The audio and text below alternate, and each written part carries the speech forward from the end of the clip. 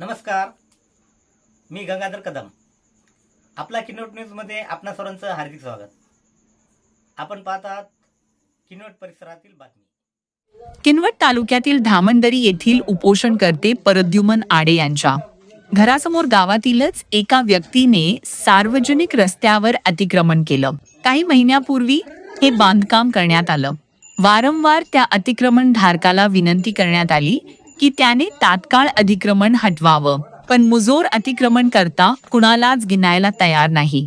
उपोषणकर्ते प्रद्युमन आडे यांनी मागच्या वर्षीही अनेक वेळा उपोषण केली, निदर्शने केली, आंदोलने ही केली, पण गटविकास अधिकारी किंवा ग्रामसेवक यांनी हे अतिक्रम हटविलेच नाही.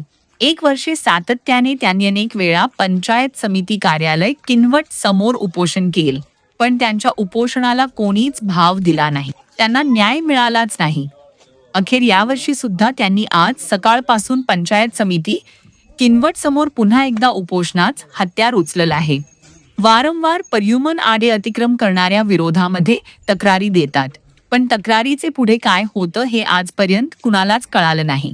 किनवट पोलिसांनी खरोखरच अतिक्रम झालं आहे का हे बघण्यासाठी 2 पोलीस कर्मचारी धामणदरी गावात पाठविले होते. त्याने सुद्धा अतिक्रमण झाल्याचं आपल्या वरिष्ठांना कळवलं. आता भयभीत झालं.